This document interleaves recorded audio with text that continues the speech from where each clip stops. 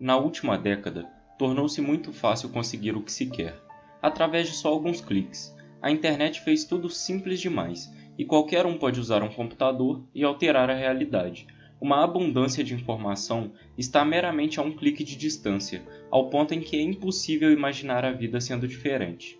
Ainda assim, uma geração atrás, quando as palavras streaming ou fluxo e torrent ou torrente não tinham sentido, a não ser que fossem ditas em uma conversa sobre água, as pessoas precisavam se encontrar cara a cara para trocar softwares, programas, jogos de cartas e cartuchos. É claro que a maioria desses encontros eram entre grupos de pessoas que trocavam jogos populares entre si, como King's Quest ou Maniac Mansion. Entretanto, pouquíssimos programadores conseguiam fazer seus próprios jogos para dividir entre esses círculos, que em troca passariam o jogo adiante se fosse divertido, bem desenhado e independente o suficiente.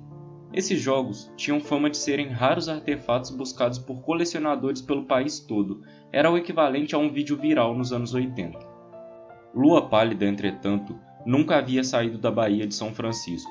Todas as cópias conhecidas estavam por lá. Todos os computadores que já tinham usado o jogo eram de lá. Esse fato se dá pelo seu programador ter feito pouquíssimas cópias. Lua Pálida era um jogo texto-aventura, no estilo Zork e The Lurking Horror. Foi feito na exata época em que esse estilo estava saindo de moda. Ao iniciar o programa, o jogador era apresentado a uma tela quase vazia, exceto pelo texto. Você está em uma sala escura. Luz do luar brilha pela janela. Há ouro no canto, junto a uma pá e uma corda. Há uma porta para o leste. Comando?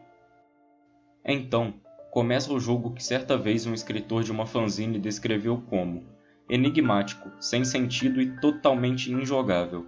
Ao que o jogo só apresentava os comandos pegar ouro, pegar pá, pegar corda, abrir porta e ir ao leste. O jogador recebia as seguintes instruções. Pegue sua recompensa. Lua Pálida sorri para você.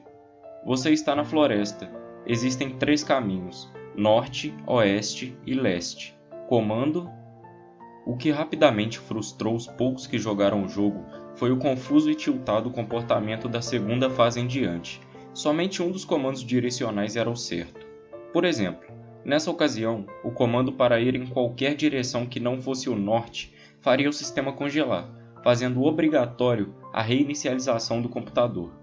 Adiante, qualquer fase subsequente era tão somente uma repetição dos comandos anteriores, excetuando que eram somente as opções de direção que estavam disponíveis. Ainda pior, os comandos clássicos de qualquer jogo de texto-aventura pareciam inúteis. A única ação aceita que não envolvia movimentos era usar ouro, que ocasionava o jogo a mostrar a seguinte mensagem. Não aqui. Usar pá, que mostrava, não agora. E também usar corda, que fazia surgir o texto você já usou isso. A maior parte de todos que jogaram o jogo avançaram algumas fases até se enfastiarem com o fato de precisar reiniciar o computador o tempo todo e jogar o disco longe, descrevendo a experiência como uma interface porcamente programada. Entretanto, há uma verdade sobre o mundo dos computadores que é imutável. Em qualquer era, algumas pessoas que usam sempre vão ter muito tempo livre à sua disposição.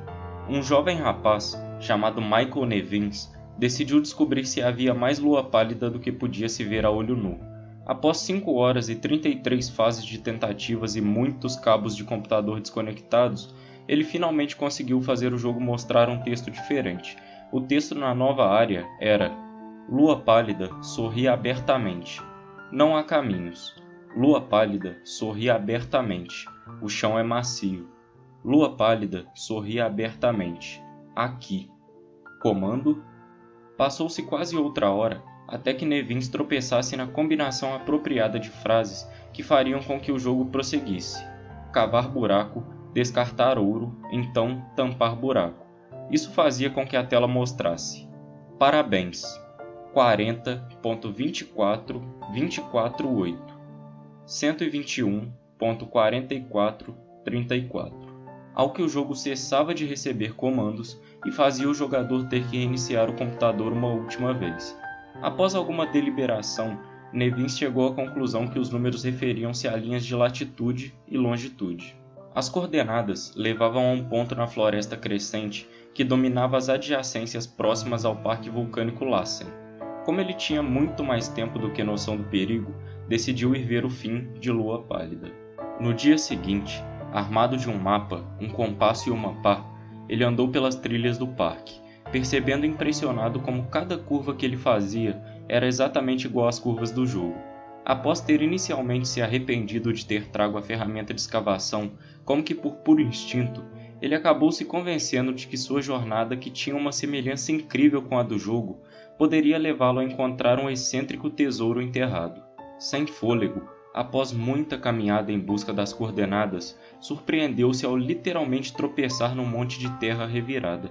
Cavando tão animado como ele estava, é de se entender o jeito como ele se jogou para trás em surpresa quando seus esforços o levaram a se deparar com uma cabeça em início de decomposição de uma menininha loira. Nevins prontamente passou as informações para as autoridades.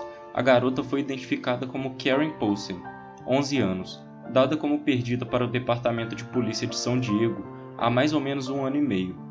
Muitos esforços foram feitos para se encontrar o programador de Lua Pálida, mas os rastros da comunidade de troca de jogos e programas se perdiam e sempre acabavam de volta ao ponto de partida. Muitos colecionadores chegaram a oferecer mais de $6.000 por uma cópia do jogo. O resto do corpo de Karen nunca foi achado.